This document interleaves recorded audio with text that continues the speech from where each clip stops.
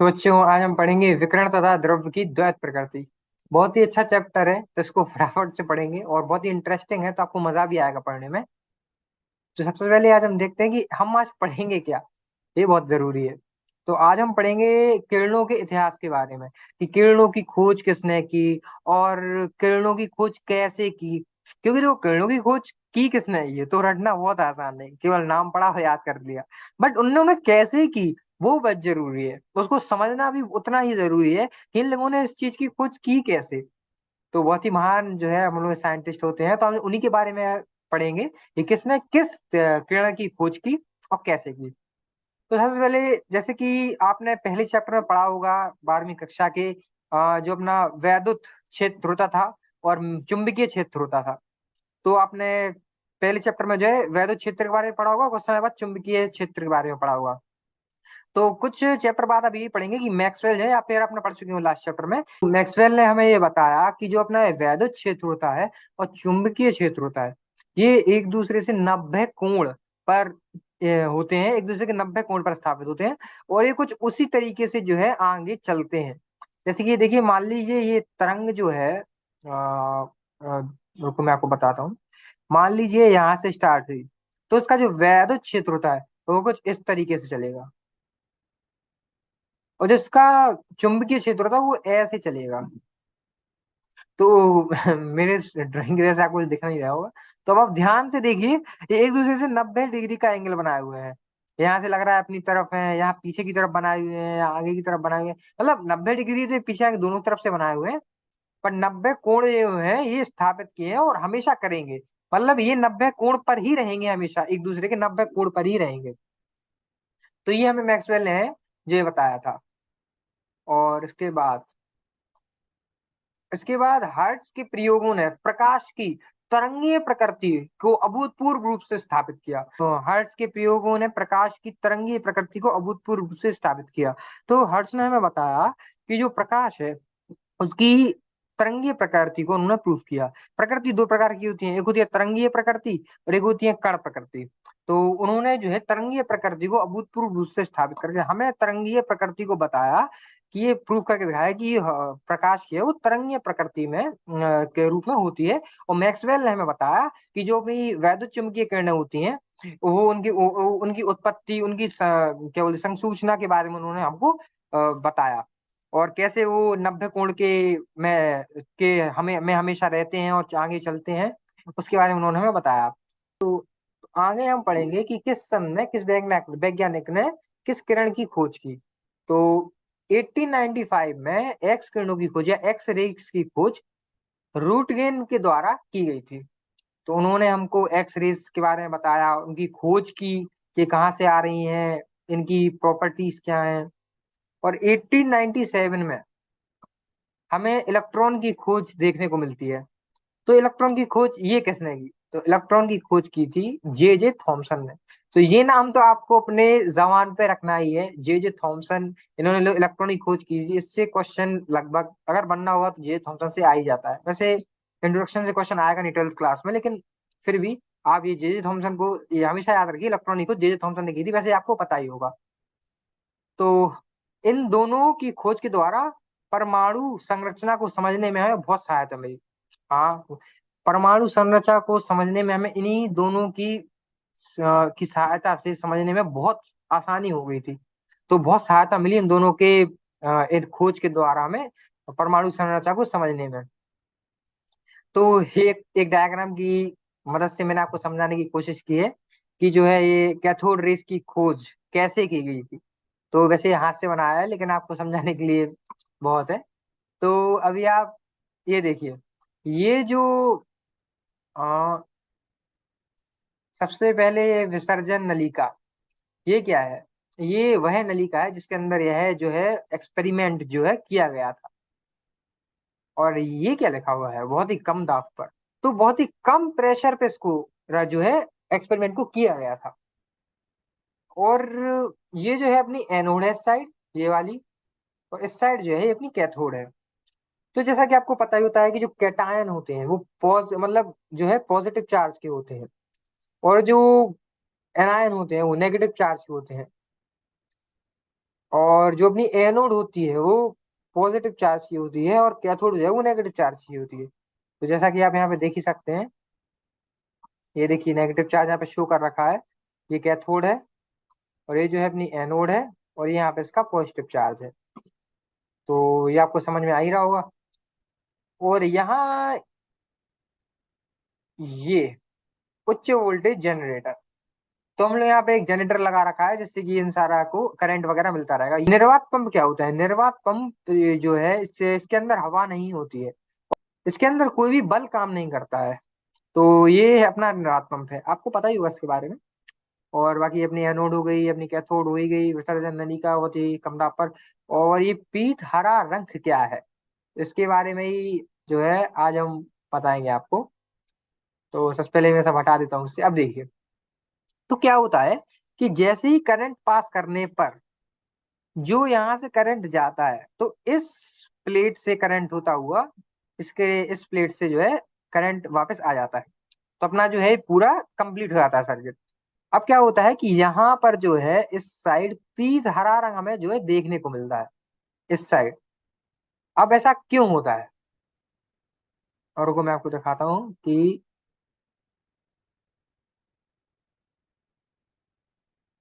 कुछ इस जगह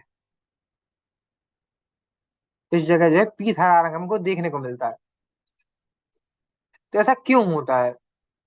तो क्या होता है कि ये जो कैथोड होती है, जब इसमें करंट पास किया जाता है, जब इस सर्किट में, तो इस साइड जो है पीत हरा रंग देखने को मिलता है। तो ऐसा सोचिए कि कुछ तो ऐसा कैथोड से आ रहा होगा जिसकी वजह से पीत हरा रंग यहाँ पे आया होगा। तो कुछ तो आया होगा, तो उन रेस जो आ रही है वहां से जिसकी वजह से ये पीत हरा रंग हुआ।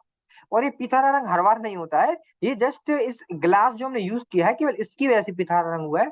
अलग अलग अगर आप ग्लास यूज करेंगे तो आपका जो है जो है रंग अलग अलग मिलेगा। तो ये पीत हरा रंग इस ग्लास के वजह से आया है। तो ये पीत हरा रंग जो यहाँ पे आया है वो कोई रेस की वजह से आया है, उन रेस को नाम दिया गया है कैथोड रेस। तो इसकी हमने यहाँ पे समरी लिख रखी है आगे, इसको एक बार रीड कर लेते हैं।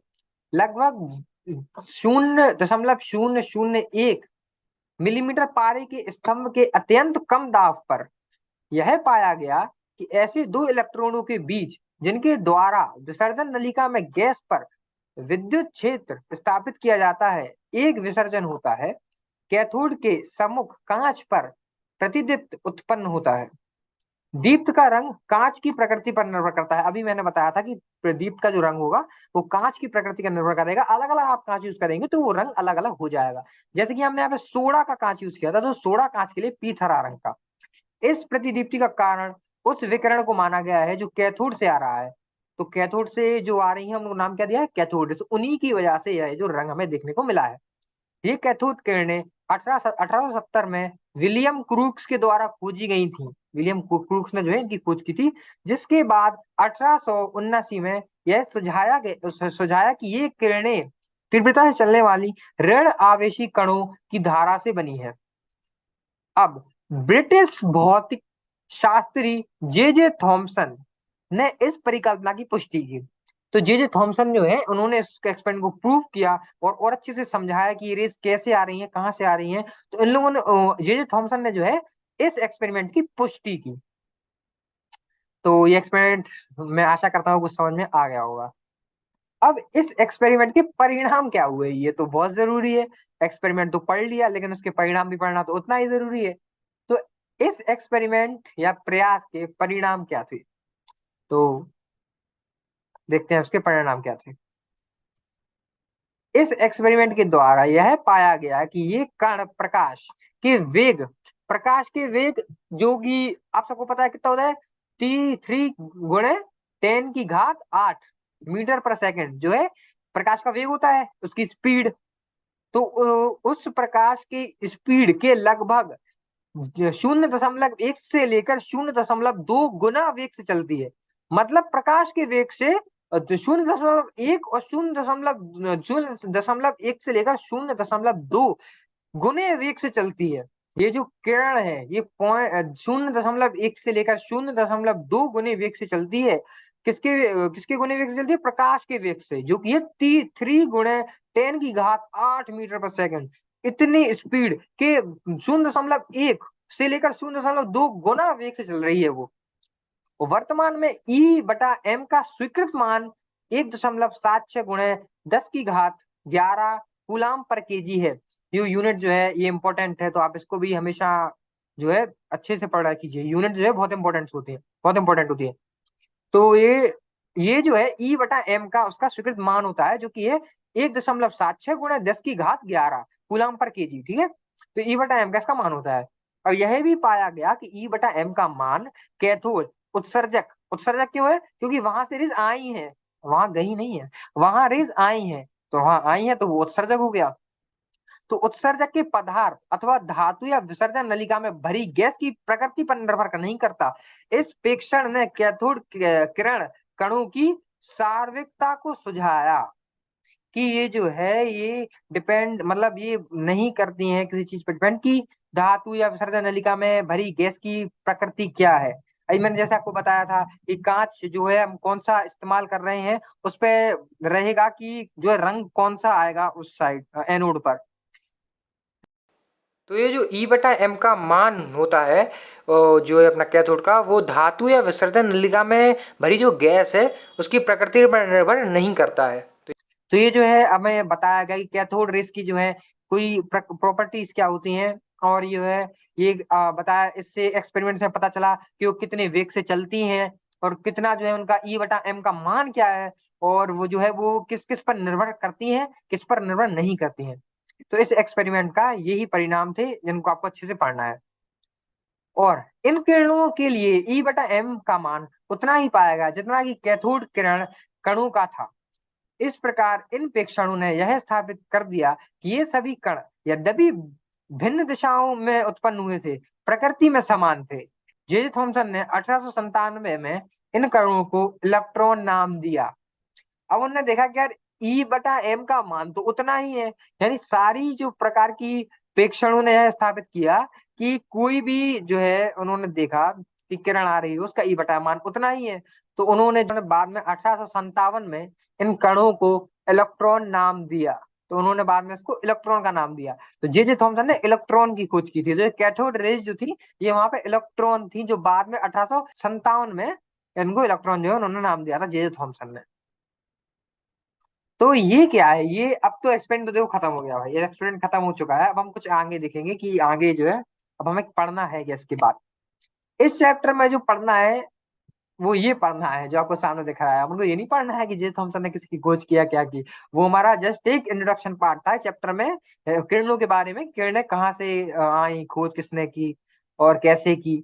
तो अभी ये पराबैंगनी प्रकाश क्या है? तो पराबैंगनी प्रकाश जो है ये इसमें हर तरह की वेवलेंथ की जो है वो लाइट होती है, और इस प्रकाश से जो आने वाली ये होती है रेस, तो ये क्या शो कर रही है कि ये कुछ धातु रखा हुआ है और धातु में कुछ इलेक्ट्रॉन्स है, ही कुछ इलेक्ट्रॉन्स बाहर जा रहे हैं, ये क्या है? तो इसके बारे में जो है हमें अगली कक्षा में पढ़ना है। अगली जो है क्लास लूंगा जो मैं, उसमें पढ़ेंगे। बहुत इंटरेस्टिंग टॉपिक है कि ये कैसे ये रेज आ रही है और ये निकल क्यों रही है, इलेक्ट्रॉन्स बाहर जा क्यों रहे हैं, और इलेक्ट्रॉन बाहर जाते भी हैं कि नहीं, और जाएंगे तो क्यों जाएंगे, क्यों ऐसा क्या है पराबैंगनी प्रकाश की जो है, प्रकाश जब इस पर गिर रहा है धातु पे तो क्यों इलेक्ट्रॉन बाहर जा रहे हैं, अगली कक्षा में पढ़ेंगे। तो अगली कक्षा और भी इंटरेस्टिंग होने वाली है। तो कल हम क्या पढ़ेंगे? कल हम पढ़ेंगे इलेक्ट्रॉन उत्सर्जन। तो ये देखिए, ये इलेक्ट्रॉन जो बाहर जा रहे हैं इसी को इलेक्ट्रॉन उत्सर्जन ही कहते हैं, यही है इलेक्ट्रॉन उत्सर्जन। तो इसके बारे में जो है मैं कल पढ़ना है, तो कल हम पढ़ेंगे इलेक्ट्रॉन उत्सर्जन के बारे में, बहुत ही मस्त टॉपिक है। तो आज के लिए इतना ही बहुत है, धन्यवाद। तो बाकी एक बार हम बता देते हैं कि एक बार रिवीजन कर लेते हैं। बाकी देखो एक बार रिवीजन कर लेते हैं सारा का सारा फटाफट। तो हमने देखा था कि सन 1887 में वैद्युत चुंबकीय किरणों की उत्पत्ति एवं संसूचना पर विद्युत चुंबकत्व के मैक्सवेल समीकरण तथा हर्ट्ज के प्रयोगों ने प्रकाश की तरंगीय प्रकृति को अभूतपूर्व रूप से स्थापित किया। तो मैक्सवेल ने अपनी जो है वैद्युत चुंबकीय किरणों के बारे में बताया था, और हर्ट्ज ने जो है बताया था कि तरंगीय प्रकृति जो है वेव नेचर जिसको कहते हैं, उसको उन्होंने बताया था किसकी, प्रकाश की वेव नेचर को। ये जो है ये वैद्युत क्षेत्र है, और ये अपना जो है चुंबकीय क्षेत्र है, जो एक दूसरे से 90 कोण पर हमेशा रहते हैं। और फिर हमने पता था कि 1895 में एक्स किरणों की खोज या एक्सरे की खोज रूटगेन ने की थी। और 1857 में इलेक्ट्रॉन की खोज जो है जे थॉमसन ने की थी। आगे हमने पढ़ा कैसे की थी, तो ये रहा वो एक्सपेरिमेंट जो मैंने आपको दिखाया था, कैसे एक्सपेरिमेंट हुआ था और कहाँ कैसे यहाँ पीत हरा रंग जो है हमको देखने को मिला था। तो ये इसके परिणाम थे जो हमने अभी पढ़े थे। परिणाम में क्या क्या था, सबसे पहले तो उसका वेग जो है 0.1 से लेकर 0.2 गुने वेग से चलती थी। किसके वेग से? प्रकाश के वेग से 0.1 से लेकर 0.2 गुने वेग से चलती थी, तो चलती है। ठीक है। और वर्तमान में E/M का स्वीकृत मान 1.76 गुणे 10 की घात 11 कूलाम पर केजी है। और E/M का मान भी जो है वो पाया गया कि वो किस पर डिपेंड करता है, किस पर निर्भर नहीं करता है। तो हम इसमें हमने ये देखा कि कैथोड जो रेज होती हैं, जिनको हम बाद में इलेक्ट्रॉन का नाम दिया, किस पर जो है निर्भर करती हैं, किस पर निर्भर नहीं करती हैं। और ये जो है उसके बारे में ही है। बाकी हमने आपको कल का जो है थोड़ा सा इंटरेस्ट जगाने के लिए हमने आपको डायग्राम दिखाई। कल हम क्या पढ़ने वाले हैं, तो कल हम इसी के बारे में पढ़ने वाले हैं जिसको हम कहते हैं इलेक्ट्रॉन उत्सर्जन। तो चलिए आज की क्लास यहीं पे खत्म करते हैं। तो आशा है कि आपको क्लास पसंद आई होगी। तो मिलते हैं अपनी अगली क्लास में, तब तक के लिए बाय बाय।